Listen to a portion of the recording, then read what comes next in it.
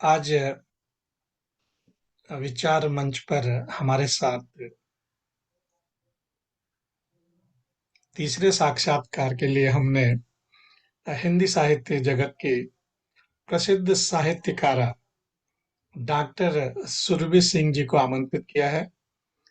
और सुरभि सिंह जी हिंदी साहित्य के क्षेत्र में अपना अनुपम योगदान प्रदान कर रही हैं, हिंदी साहित्य को आगे बढ़ा रही हैं।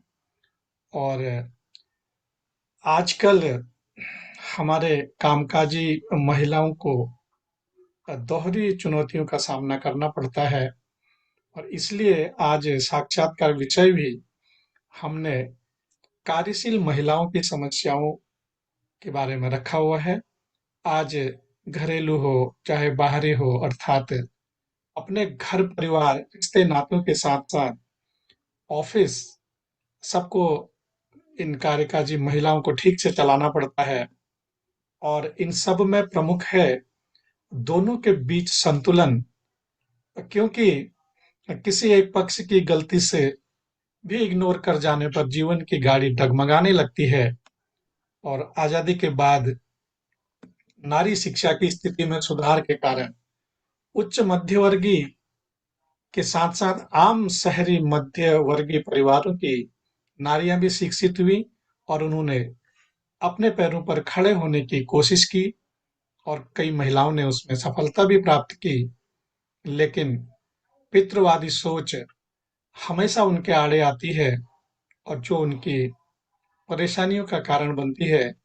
और घर की समस्या ऑफिस में अब भी पुरुषों की तुलना में महिलाओं की संख्या कम है, फलतः वे पूरी तरह से सहज नहीं हो पाती हैं। और आइए आज इन्हीं सब विचारों को लेकर हम विचार मंच पर सुरभि जी, डॉक्टर सुरभि सिंह जी, हम आपका हार्दिक स्वागत करते हैं और बहुत बहुत अभिनंदन है आपका। और बहुत-बहुत आभार, आपने मुझे इस मंच पर बोलने का अवसर दिया, इसके लिए आपका बहुत-बहुत आभार। और हाँ, सबसे बड़ी बात ये है कि आपने एक कार्यशील महिला को ही इस इंटरव्यू के लिए, साक्षात्कार के लिए चुना, क्योंकि वो शायद ज़्यादा बेहतर जान सकती है उसकी परिस्थितियाँ, वो क्या झेल रही है, क्या नहीं झेल रही है। तो ये एक बहुत सराहनीय प्रयास रहा आपने कि चुना भी एक कार्यशील महिला को ही। जी, बहुत-बहुत धन्यवाद सुरभि जी आपका। हम अपनी समय सीमा के अंदर ही बात करेंगे। आपको सर्वप्रथम 5 मिनट में आपको अपना परिचय देना है, और उसके बाद आपसे 7 प्रश्न पूछे जाएंगे, और प्रत्येक प्रश्न के उत्तर के लिए आपके पास 5 मिनट का समय निश्चित है।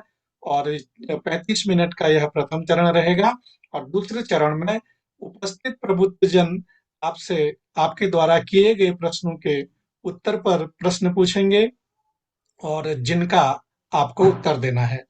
और चलिए आज के इस साक्षात्कार के कार्यक्रम को हम आरंभ करते हैं। तो सुरभि जी, आपसे पहला प्रश्न है कि कामकाजी महिलाओं को आज के इस परिवेश में किन किन चुनौतियों का सामना करना पड़ता है, आपने कामकाजी बहुत महिलाओं अच्छा को। प्रश्न पूछा है ये। जी। ये चुनौती जो है, वाक़ई में समस्या ना कह कर के आपने इसको चुनौती कहा, ये एक बहुत अच्छी बात है कि जब जैसे जिस दिन मैंने अपनी नौकरी करने की बात सोची, विवाह के 1 हफ्ते बाद, तो तुरंत मुझे बता भी दिया गया, कह भी दिया गया कि बहुत सारी चुनौतियाँ हैं, बहुत सारी चीज़ें हैं, सामंजस्य आपको स्थापित करना पड़ेगा।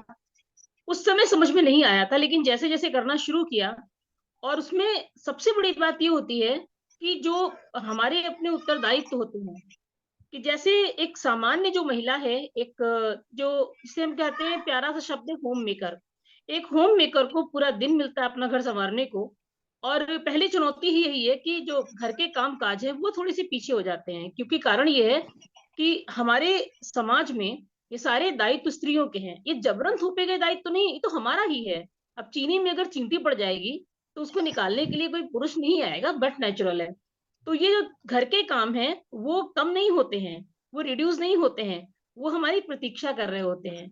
जहाँ पर एक सामान्य महिला के पास में पूरा दिन होता है उसको समेटने के लिए, हमारे पास में सिर्फ़ 8 घंटे का वो काम समेटने के लिए 2 या 3 घंटे होते हैं। उसके बाद में पूरा का पूरा दिन पड़ा रहता है। ये तो पहली चुनौती यही हुई कि हमारे घर के काम पिछड़ जाते हैं। कितनी भी कोशिश करें उसको उसके साथ चलने में हमारा अपना जो एनर्जी लेवल है, हमारी अपनी जो क्षमता है वो प्रभावित होती है और दौड़ते भागते ही बीतता है। बहुत सारे ऐसे काम हैं। दूसरी चीज जो सबसे ज्यादा मैंने महसूस किया है, सबसे ज्यादा कष्ट हुआ है कि बच्चे मेरे छोटे थे और अगर बच्चे को बुखार होता था, उस तपते हुए बुखार की हालत में बच्चे को छोड़ करके जब भागना पड़ता था, क्योंकि सीएल भी लिमिटेड होती हैं, तो उसको छोड़ के जब जाना होता था, उस समय आत्मा चीत्कार कर उठती थी। वो लगता था कि ये नौकरी बेकार है, नहीं करना चाहिए महिलाओं को नौकरी। उस समय खराब लगता था कि बच्चे को फीवर में छोड़ के हम जा रहे हैं। तो यानी घर में अगर कोई प्राणी, माँ भी अगर अस्वस्थ होती थी, तो एक सेटिस्फेक्शन, एक संतुष्टि मिलती है कि हमारे माँ बाप भी बीमार हैं, तबीयत नहीं सही है, हमारी सास बीमार है, कोई बीमार है, तो हमें इतना अवसर मिल पाए कि हम उनको एक गिलास पानी दे पाए। तो दूसरी चुनौती तो ये हुई कि हम उनके साथ में, उनके साथ रुक करके उनकी उस सेहत को देख नहीं पाते। तीसरी सबसे बड़ी बात ये कि जहां हम काम कर रहे होते हैं, वहां पर हमें अनेक तरह की चुनौतियों का सामना करना पड़ता है। पहली चुनौती तो ये होती है, जरूरी नहीं कि मैं जहां काम कर रही हूँ ये वहीं की बात है, कि वहां पे जो अवांछित प्रयास हैं या अवांछित रूप से कुछ लोग करीब आने की कोशिश कर रहे हैं, उनके साथ उनको हम धक्का देके भगा भी नहीं सकते हैं, उनके साथ भी मिल के रहना है। बहुत सारी ऐसी चीजें हैं जो हमें नहीं समझ में आ रही हैं, प्लस जिसको एक शब्द कहते हैं कि वर्कलोड, वो भी होता है।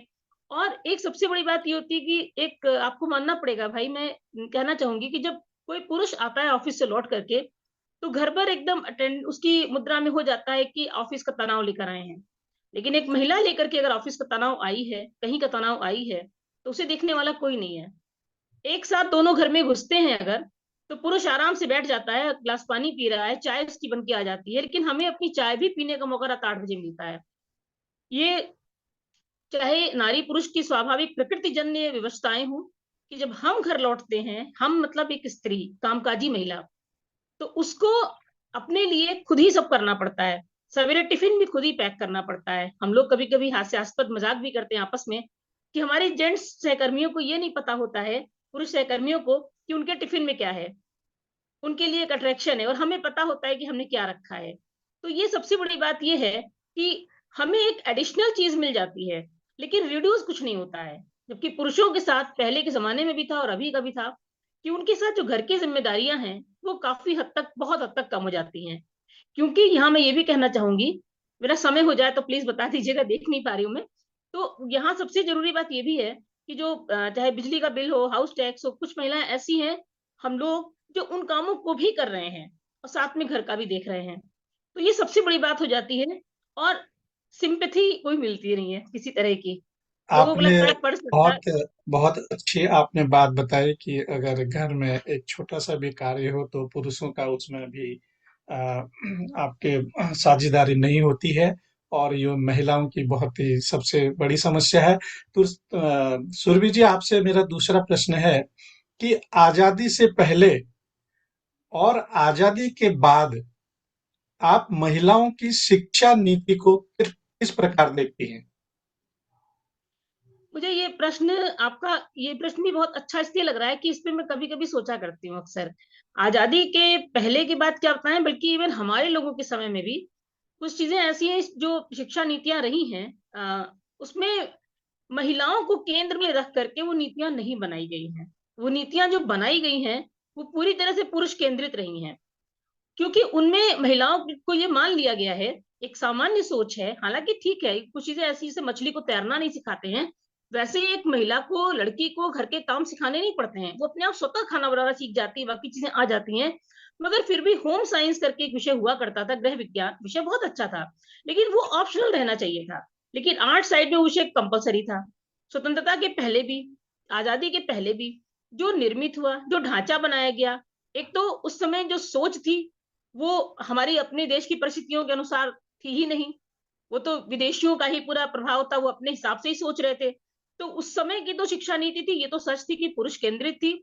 और ये भी था कि महिलाओं की समस्याओं के बारे में उसमें ज्यादा नहीं सोचा गया। लेकिन उसके बाद भी आप प्रकाश भैया, आप ये देखिए कि स्वतंत्रता के बाद भी क्या परिवर्तन आया। जैसे मैं जब पढ़ रही थी, मुझे बिल्कुल इच्छा नहीं थी होम साइंस लेने की, कतई मन नहीं था, क्योंकि उसकी जगह एक ऐसा सब्जेक्ट दिया जा सकता था, एक ऐसा विषय दिया जा सकता था कि जिससे जो हमारे जीवन में आने वाली चुनौतियां उनका सामना कर पाए। कि अब हमें टाँके बनाना या कढ़ाई सीखना, सिलाई सीखना, ये तो हम एडिशनल सीख सकते हैं।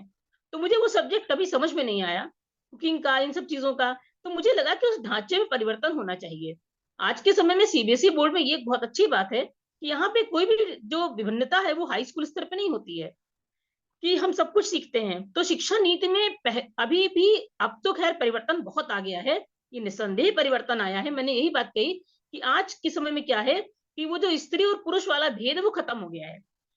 आज लड़के पहले कॉमर्स पढ़ते थे या कुछ और पढ़ते थे होम साइंस की जगह। आज के समय में सबसे अच्छी बात ये हो गई है कि लड़कियां भी मैथ पढ़ रही हैं, लड़कियां भी साइंस पढ़ रही हैं, सब पढ़ रही हैं। हाँ, बेसिक और स्टैंडर्ड का फर्क हो जाता है, वो भी उनके अपने ऊपर है। अब उन्हें जबरन सिलाई कढ़ाई नहीं सीखनी पड़ती है, जबरन वो नहीं सीखना चाहती हैं जो उन्हें नहीं सीखना है। तो मेरे ख्याल से पाठ्यक्रम के विषय वो होने चाहिए जो उनके लाइफ टाइम के लिए जरूरी हैं, चाहे वो आत्मरक्षा से संबंधित हो, चाहे वो छोटे मोटे टेक्निक्स हो, चाहे वो ये हम कह रहे हैं कि जो भी छोटे मोटे घर में गड़बड़ियां हो जाती हैं अभी, जिससे बहुत चीजें हम लोग फेस करते हैं, प्लग खराब हो गया, कुछ और चीज गड़बड़ हो गई, उसको नहीं ठीक कर पाते हैं। तो इस तरह की छोटी मोटी जो टेक्निकल चीजें हैं वो सिखाई जा सकती है उनकी जगह। सिलाई के टांके या इन सबको मैं गलत नहीं कह रही हूँ, कुकिंग को खराब नहीं कह रही हूँ, लेकिन ये तो माँ अपनी बेटी को सिखा सकती है। लेकिन ये सब चीजें अगर प्रैक्टिकली सिखाई जाती तो शायद वो ज्यादा काम में आती। एक छोटी सी चीज है कि जब शादी के बाद हम यहाँ पे रहने आए थे तो मुझे गैस का सिलेंडर लगाना नहीं आता था।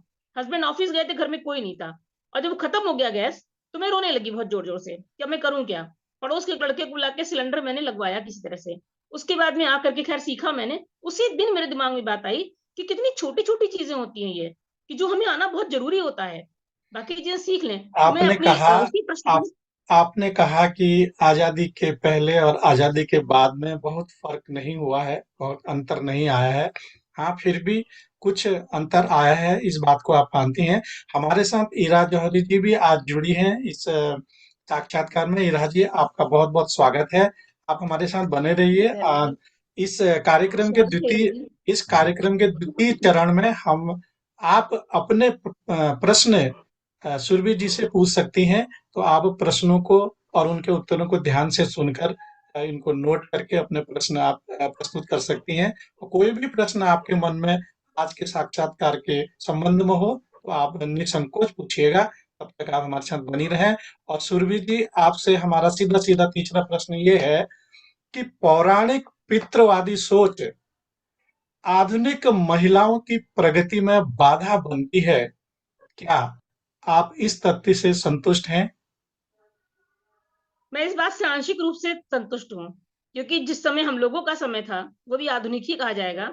उस समय लोग, मेरे पेरेंट्स की नहीं लेकिन लोगों की जुबान पे रहता था, लड़का है तो डॉक्टर बनेगा, लड़की है तो टीचर बनेगी। ये एक सोच थी। लड़कियां डॉक्टर नहीं बनेंगी क्योंकि माहौल हॉस्टल का बड़ा खराब होता है। लड़कियां हॉस्टल नहीं जाएंगी, माहौल बड़ा खराब है।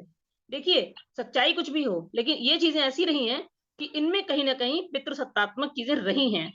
और जब विषय चुनने की बात आती है, लड़का है साइंस साइड पढ़ लेगा, लड़की है इसको आर्ट्स पढ़ाओ, कम से कम ससुराल जाएगी तो वहां बहुत सी चीजें काम आएंगी।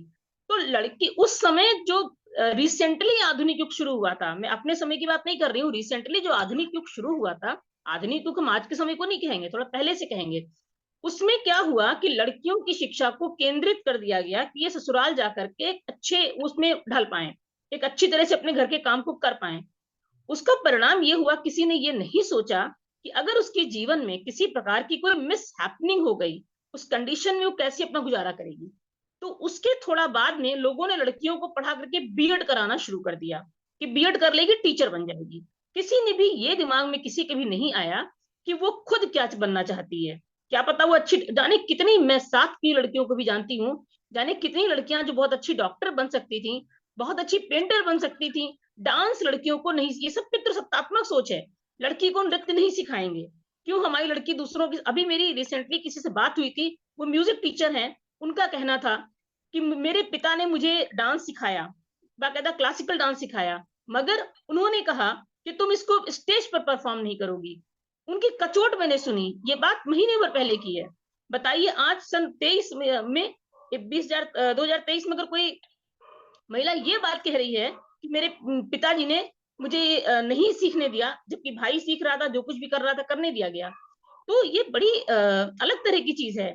ये चीज़ें नहीं होनी चाहिए। तो मैं इस बात से आंशिक रूप से सहमत इसलिए हूँ कि रिसेंटली आज के समय में पेरेंट्स बेटे और बेटी के भेद को हटा करके पितृसत्तात्मक सोच को किनारे करके वो वही शिक्षा अपनी बेटियों को भी दे रहे हैं, वही शिक्षा अपने बेटों को भी दे रहे हैं। तो इससे मैं बहुत संतुष्ट भी हूँ।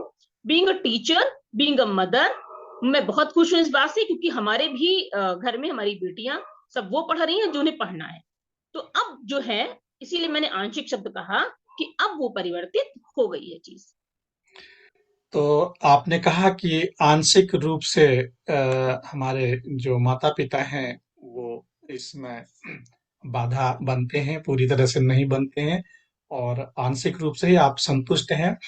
और आपसे चौथा प्रश्न है कि भारत में कामकाजी महिलाओं की क्या-क्या प्रमुख भूमिकाएं हैं? बहुत अच्छा प्रश्न आपने पूछा भैया, बहुत ही अच्छा प्रश्न है ये। इस प्रश्न का तो मैं क्या बताऊँ, मतलब ये वाक़ई में जीवन से जुड़ी हुई चीज़ें हैं और शायद इसीलिए आपने कार्यशील महिला को ही चुना कि जिसने इन चीज़ों को भुक्तभोगी बन के जिया है। एक कार्यशील महिला, हालाँकि ये तो सभी के साथ होता है, जो एक होम मेकर है, जो घर में रहती है महिला, वो भी बहुत काम करती है, उसको भी हम कार्यशील ही कहते हैं, लेकिन चूँकि ऑफ़िशियल टेंशन्स उसके ऊपर नहीं होते हैं। हमारी सबसे बड़ी समस्या ये होती है कि हमें एक, अगर हम जिस जगह भी हैं, हमें एक अच्छे वर्कर की भूमिका भी निभानी है। हम जहाँ पे वर्क कर रहे हैं, हम एक अच्छे कुक भी होने चाहिए। यहाँ मैं स्पष्ट कर दूं कि हमारी हमारी फैमिलीज हमें कंपेल नहीं करती हैं कि आप बनाओ, आप डेली चाहो मंगा लो होटल से, कहीं से, जो मर्जी है बनाओ। लेकिन क्या हम अपने परिवार को डेली प्रतिदिन होटल का खिला सकते हैं? मैंने अपने इस पूरे करियर में 3 बार 4 बार कुक रखी है अपने घर पे, और आखिरकार खींच करके उसको हटा दिया, क्योंकि मैं देख रही थी जो बना रही थी। तो एक अच्छा कुक भी हमें होना पड़ता है, एक अच्छा खाना बनाने वाला। हमें एक अच्छी केयरिंग नर्स होना पड़ता है।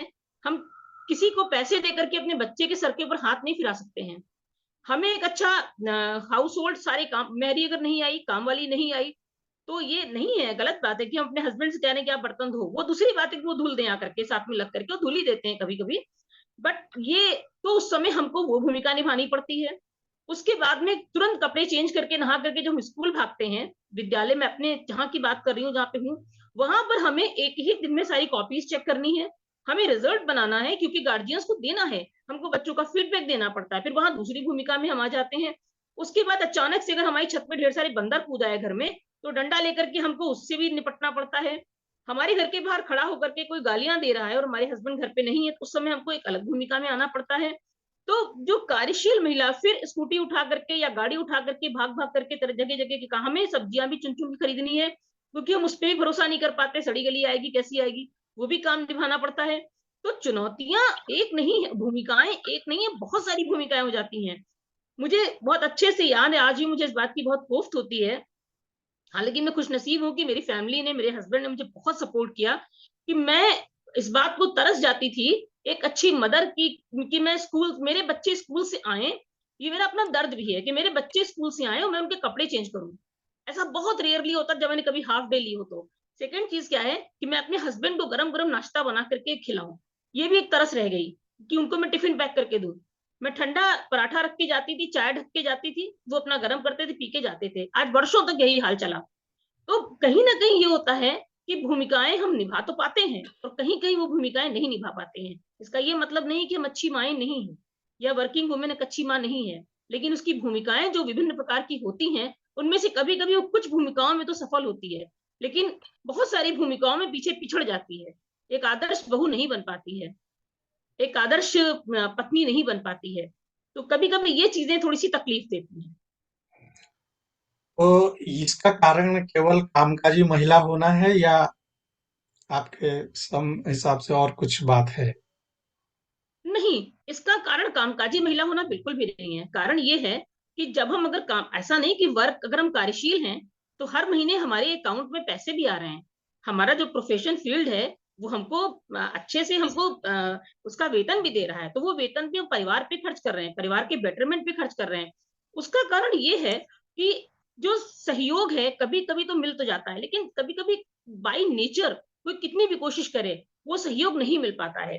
उस तरह का सहयोग, चाहे वो लोकेलिटी हो, चाहे कुछ भी हो, कि शाम के समय अगर कोई, सबको पता है कि अभी 4 बजे विद्यालय से आई हैं या वर्क फील्ड से 5 बजे महिला आई है, और 5 ही बजे कोई उसके घर में होली मिलने आ जाए, तो उसकी भी गलती नहीं है, उसकी भी गलती नहीं है। एक चीज मैं और बताऊं, जैसे होली में गुजिया बनती है, हमें, हमारी भी इच्छा होती है कि हम घर में गुजिया बनाएं, अपने हाथ से बनाएं, लेकिन मजबूरी क्या है कि प्रोफेशन ज्यादा छुट्टियां दे नहीं सकता, उसकी अपनी मजबूरियां हैं कि बच्चों के पेपर चल रहे हैं, कुछ हो रहा है। उस एक दिन की छुट्टी में हम कैसे पापड़ बना पाएंगे, कैसे चिप्स बना पाएंगे? कहने का मतलब ये है कि त्योहार वगैरह जो आते हैं उनमें भी, मतलब कहीं ना कहीं से, हर जगह से थोड़ा अगर काट छांट हो जाए तो शायद फ्लेक्सिबिलिटी आ जाए हमारी अपनी भूमिकाओं के निर्वहन में भी।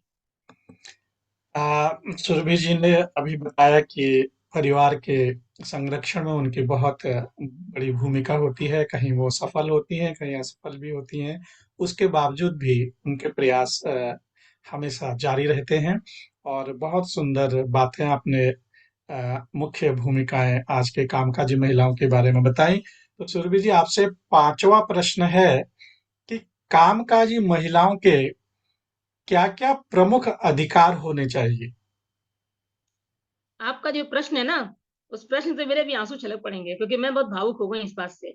मैंने जब शुरू किया था तो परिस्थितियां घर की ऐसी थी, कुछ ऐसी मजबूरियां थी। मैंने कहा ना, शुरू से मुझे अपने हस्बैंड का बहुत सपोर्ट मिला, बहुत अधिक सपोर्ट मिला। ऐसी कुछ परिस्थितियां देखी, मुझे तुरंत ज्वाइन करना जरूरी था।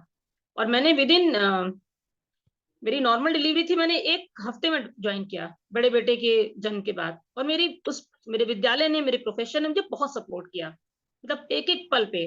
उस समय नौकरी मेरे लिए बहुत जरूरी थी, तो मैं अपने छोटे से बच्चे को छोड़ के आती थी, मेरी मदर मेरे साथ लगी थी छाया की तरह पूरी तरह से।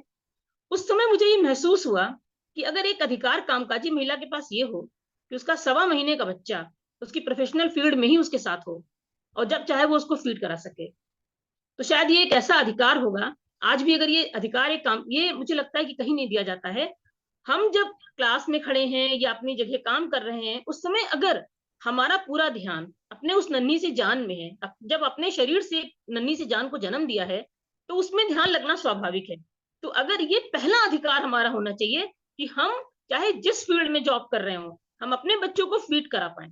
ये ये एक, मैं इस खुले मंच पे बात कह रही हूँ कि फीडिंग का अधिकार बच्चे को मिलना चाहिए। एक ऐसी व्यवस्था होनी चाहिए, चाहे वो बैंक हो, चाहे कुछ भी हो, एक रूम होना चाहिए, एक जगह होनी चाहिए कि जहां पर माँ अवसर जाके उसकी व्यवस्था, उन्हें भले उससे पैसा ले लिया जाए, लेकिन अपने बच्चे को फीड करा पाए। तो ये मुझे सबसे बड़ा अधिकार लगता है कि ये मिलना चाहिए।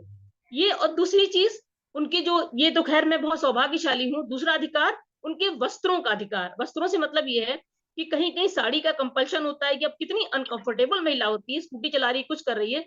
और मैं इतनी भाग्यशाली हूँ कि हमारे विद्यालय में इन सब चीजों को देखते हुए महिलाओं के लिए सूट की अनिवार्यता कर दी गई, ठीक आप लोग सूट पहनिए।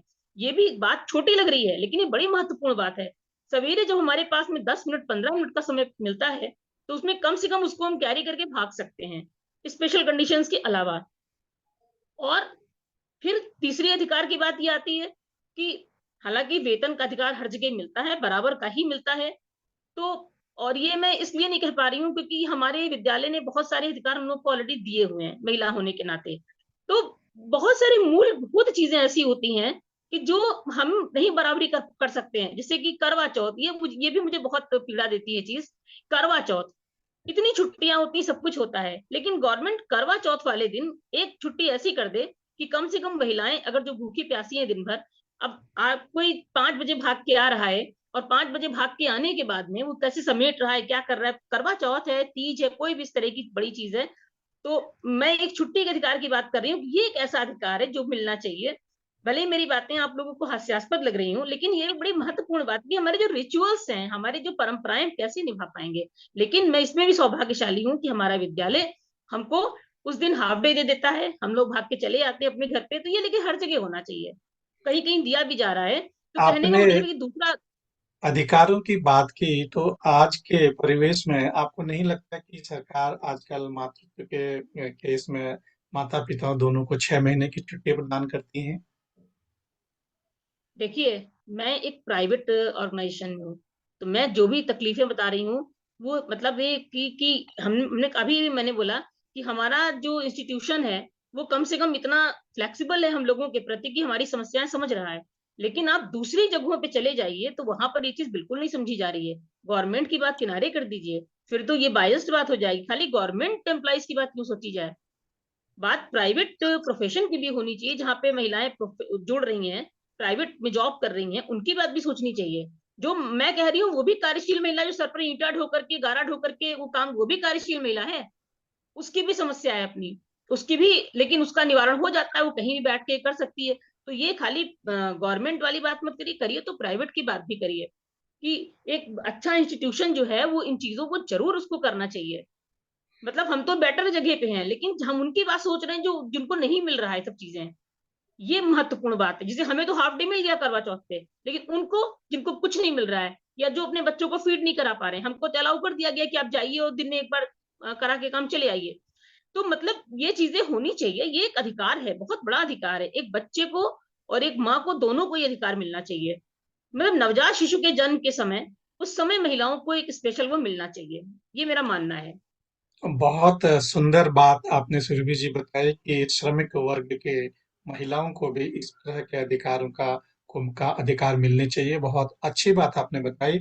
हमारे साथ आदरणीय डॉक्टर श्याम गुप्त जी भी जुड़े हैं। डॉक्टर साहब, आपका बहुत बहुत स्वागत है। और अभी हमारा प्रथम चरण चल रहा है, 5 प्रश्न पूरे हो चुके हैं।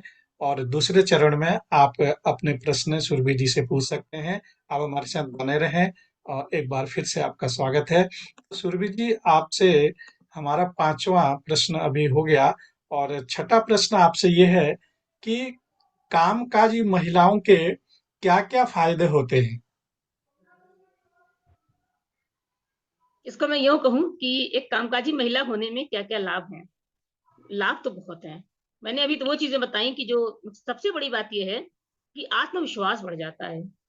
हम डेली दिन भर में न जाने कितने लोगों को फेस करते रहते हैं, कितने लोगों को। तो उनको फेस करने से फायदा ये होता है कि हम तरह तरह के लोगों के बीच में हमको और एडजस्टमेंट आ जाता है। सामंजस्य बहुत जरूरी है। हमको पता है कि हमें किस तरह के व्यक्ति के साथ में कैसा बिहेव करना है। दूसरी चीज, कहीं ना कहीं मनी भी एक बहुत बड़ी पावर होती है, कि चाहे जितनी थकान हो, कितना भी क्लेश हो, लेकिन जब एक एसएमएस आता है मोबाइल के ऊपर, तो वो एसएमएस सारी थकान दूर कर देता है। एक मैसेज सारी थकान दूर कर देता है, क्योंकि हम अपने परिवार को एक छत दे पा रहे हैं, हम कंधे से कंधा मिला के लग पा रहे हैं। और बहुत बार ऐसा होता है कि हमारा कोई प्रियजन है, मैं अपनी मदर इन लॉ की बात कर रही हूँ, चलिए मान लीजिए मेरी मदर इन लॉ है, उन्हें कोई चीज बड़ी पसंद आई, ठीक, उन्होंने एक बात कही। अब हो सकता है वो बात ना बेटे से कह पाए, ना वो अपने हस्बैंड से कह पाए, मैंने उस चीज को देख लिया, या मेरी मदर ने कुछ देख लिया, हालांकि वो खुद ही इतना पेंशन वगैरह पा रही है, बट ये मुझे लगता है कि ऐसे में हम किसी की हेल्प कर सकते हैं, ऐसे उनको एक सरप्राइज गिफ्ट दे सकते हैं, या अपने किसी के लिए को हमें देखना नहीं पड़ेगा। हम अगर किसी की कुछ हेल्प करना चाहते हैं, उसके लिए हमको 20 जगह देखना नहीं पड़ेगा, 20 जगह। क्योंकि अब इसकी जगह देखिए, आपको बहुत 1 मिनट में मैं अपनी बात क्लोज करूंगी, इस बात से मैं बहुत आहत हुई उस दिन। मैं कुछ परचेज करने एक दुकान पे गई, वहां पे एक आईएएस रैंक के ऑफिसर अपनी पत्नी के साथ में आए हुए थे, पत्नी उनकी हाउसवाइफ थी, होम मेकर थी। उन्होंने अपने लिए 2 बिंदी के पत्ते लिए, तीसरा बिंदी का पत्ता पसंद आ गया। वहीं पे खड़े खड़े उन्होंने उनको इतना सुनाया, इतना सुनाया, खड़े खड़े। वो बेचारी सुनती रही, उनके साथ चली गई। जब वो चली गई तो शॉपकीपर जो महिला थी, उन्होंने मुझसे यही बात कही, सबसे बड़ी बात कही, कि देखिए, नौकरी करने का यही फायदा होता है कि आप इतना कुछ ले रही हैं। हमने कहा हमें तो सोचना नहीं पड़ता है, आप कितना कुछ ले रही हैं। ये सच है कि जो पसंद आया ले लिया, जो कुछ समझ में आ रही, क्योंकि हमें पता है कि हमें क्या लेना है, किस लिमिट। बच्चे ने कभी कह दिया, आज ही बच्चा हॉस्टल से अभी थोड़ी देर पहले उसने फरमाइश की किसी छोटी सी चीज की, बड़ी प्यारी छोटी सी डिमांड थी, कि पापा से नहीं कहने का मन हो रहा, आपसे कहने का मन हो रहा। हालांकि वो डिमांड उसकी पापा ने पूरी कर दी, लेकिन मैं ये कह रही हूँ कि हाथ थोड़ा खुल जाते हैं। और कहीं भी हम किसी के सामने भी जब खड़े होते हैं, और सबसे बड़ी बात ये होती है ना, कि जैसे हम लोग एक अलग तरह की रिस्पेक्ट देते हैं, एक अलग तरह का सम्मान देते हैं लोगों की, एक अलग तरह, कभी कभी एक अलग दायरे में सहानुभूति भी मिल जाती है, कि बेचारी जा रही है। दो तरह की सोच होती है, कोई कहता है कि पर्स टांग के जा रही है, एंजॉय कर रही है, किसी को ये भी लगता है कि हाँ, एक लंबा टाइम, लंबा वक्त बिता रही है। तो मुझे लगता है फायदे भी बहुत हैं, क्योंकि जब हमें कहीं ना कहीं मनी की हेल्प मिलती है, तो हमारी बहुत सारी जरूरतें पूरी होती हैं। पति पत्नी मिलके एक नया बना सकते हैं, प्रॉपर्टी बना सकते हैं, छत ले सकते हैं, गाड़ी ले सकते हैं, एक मिलजुल के थोड़ी बहुत चीजें मिलजुल के कर सकते हैं, बहुत कुछ। तो ये एक फायदा है इन चीजों का।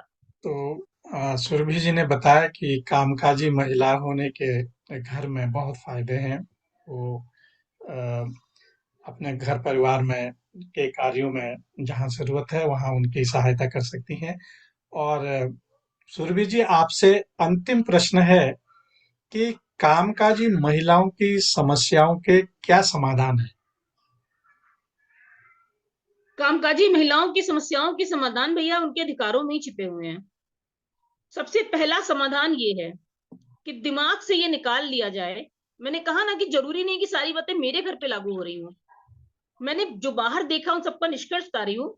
सबसे पहली बात तो ये निकाल दी जाए कि महिला अगर जॉब कर रही है तो सवेरे वो सबका खाना बना के रख के बंद करके जाए, लौट के आए फिर शाम का बनाए। तो सबसे पहली बात ये है, उसका समाधान ये है कि घर जब वो पैसा ला रही है घर में, वो पैसा घर में लगा रही है, तो घर में सभी लोगों को हेल्प करनी चाहिए। अगर ज्वाइंट फैमिली है और ये हो भी रहा है, मतलब गलत नहीं बोलूंगी, लोग कर भी रहे हैं, अगर ये ज्वाइंट फैमिली है तो सब लोग हेल्प करें। और अगर न्यूक्लियर फैमिली है तो हस्बैंड को इस चीज का ईगो किनारे रखना चाहिए। पत्नी की अगर आप मान लीजिए स्कूटी है, सपोज मैं स्कूटी का कर रही हूँ, स्कूटी निकाल दी, उसको स्टार्ट कर दिया जैसे मेरे हस्बैंड करते हैं। वो स्कूटी निकाल अपना टाइम पे उठ गए, स्कूटी निकाल दिया, स्टार्ट कर दिया उसको, मेरी चाय ढाल के डाल दी उसके अंदर, मेरा टिफिन भी वो पैक कर देते हैं। मेरे हस्बैंड जब यहाँ रहते हैं सब काम वो कर देते हैं। मुझे इतनी सहूलियत हो जाती है उस एक क्षण। तो मुझे लगता है समाधान इसी में छिपा हुआ है। मैं जब आती हूँ और वो घर पे होते हैं तो मेरे आने, गर्मियों का मौसम है तो मेरे आने के 5 मिनट पहले एसी ऑन कर देते हैं कि चलो कमरा ठंडा हो जाएगा, आके तुरंत पानी दिया। जाड़े का मौसम है तो अपने आप से हम चाय बना दी अच्छी सी। वो अलग बात है कि उसके 1 घंटे बाद फिर डिमांड बताएंगे क्या बनना चाहिए आज खाने में, वो उनका राइट है। बट उस समय वो जो सहूलियत मिल जाती है वो बहुत बड़ी चीज होती है। कई बार ये भी हुआ, मैं उसकी बात कर रही हूँ कि समाधान क्या है, इसी में चीजें छिपी हुई हैं। कई बार मेरी मेड नहीं आई, उन्होंने देखा सिंक में बर्तन ढेर सारे पड़े, मैंने मना करके गई कि मैं आऊंगी मैं धुल दूंगी। मैं आती थी देखती थी कि उन्होंने इसको साफ करके रख दिया, कैसे साफ किया, जिस तरह से भी उन्होंने इसको क्लीन करके रख दिया। घर पे भी सफाई कर दी अगर वो घर पे हुए तो मतलब ये है कि समाधान इसी में छिपा हुआ है कि थोड़ी सी एक सिंपैथी मिल जाए। कि हम लेट गए तो कह दिया ठीक है मम्मी सो रही है, बच्चों को डिस्टर्ब नहीं करो। तो ये छोटी छोटी सी चीजें होती हैं कि, और मोहल्ले पड़ोस वाले हैं तो उनको तो हम नहीं चेंज कर सकते कि वो आए आना बंद कर दे ना आए, जो भी चीजें हैं। लेकिन हाँ, जो घर परिवार है, क्योंकि रिश्तेदारी की भी अपनी डिमांड होती है कि परिवार में किसी की शादी पड़ी है, तो यही बहुत सारी चीजें। मेरा कहने का मतलब सिर्फ इतना है, समाधान इसी में है कि अगर बहू एन शादी वाले दिन पहुंच रही है तो परिवार वालों को भी समझना चाहिए कि बहू की अपनी मजबूरियां हैं। कितनी छुट्टियां लेगी, कोई प्रोफेशन क्यों छुट्टी देगा उसको, जो मोटी सैलरी दे रहा है वो छुट्टी क्यों कितनी देगा। भाई हर व्यक्ति को काम चाहिए। तो समाधान इसी में है कि एक अंडरस्टैंडिंग बने, लोगों के बीच एक सोच बदले और एक सहयोग की भावना आए। लोग समझें उस चीज को कि काम करने जाना का मतलब इंजॉय करने जाना नहीं है। वर्क फील्ड में बड़ी चुनौतियां हैं और कार्य क्षेत्र में ये समझा जाए कि जो आ रहा है घर छोड़ के अपना, उसकी भी अपनी समस्याएं हैं। बस किस इसी में सारे समाधान नहीं है। किस परिवार में उत्तम समाधान है, एकल परिवार में या संयुक्त परिवार में? I strongly I am saying strongly, मैं प्रबल रूप में कह रही हूँ कि संयुक्त परिवार में। संयुक्त परिवार में। संयुक्त परिवार में जो समाधान है वो कहीं नहीं है। क्योंकि बहुत मेरी बहुत माँ जी जी। रही है साथ में तो मैंने देखा है उस चीज को। संयुक्त परिवार में ही है समाधान इसका। बहुत बहुत धन्यवाद सुरभि जी, आपने बहुत सुंदर तरीके से हमारे प्रश्नों का उत्तर दिया। और प्रथम चरण हम यहीं पर समाप्त करते हैं। एक और लिंक मैं दूसरे चरण के लिए देता हूँ, और उसमें शायद मैंने स्टार्ट कर दिया। हमारे साथ इरा जौहरी जी और डॉक्टर साहब जुड़े हैं। वो आपसे कुछ प्रश्न करेंगे, आपको उनके प्रश्नों के उत्तर देने हैं। अब मिलते हैं हम दूसरे चरण में शीघ्र ही।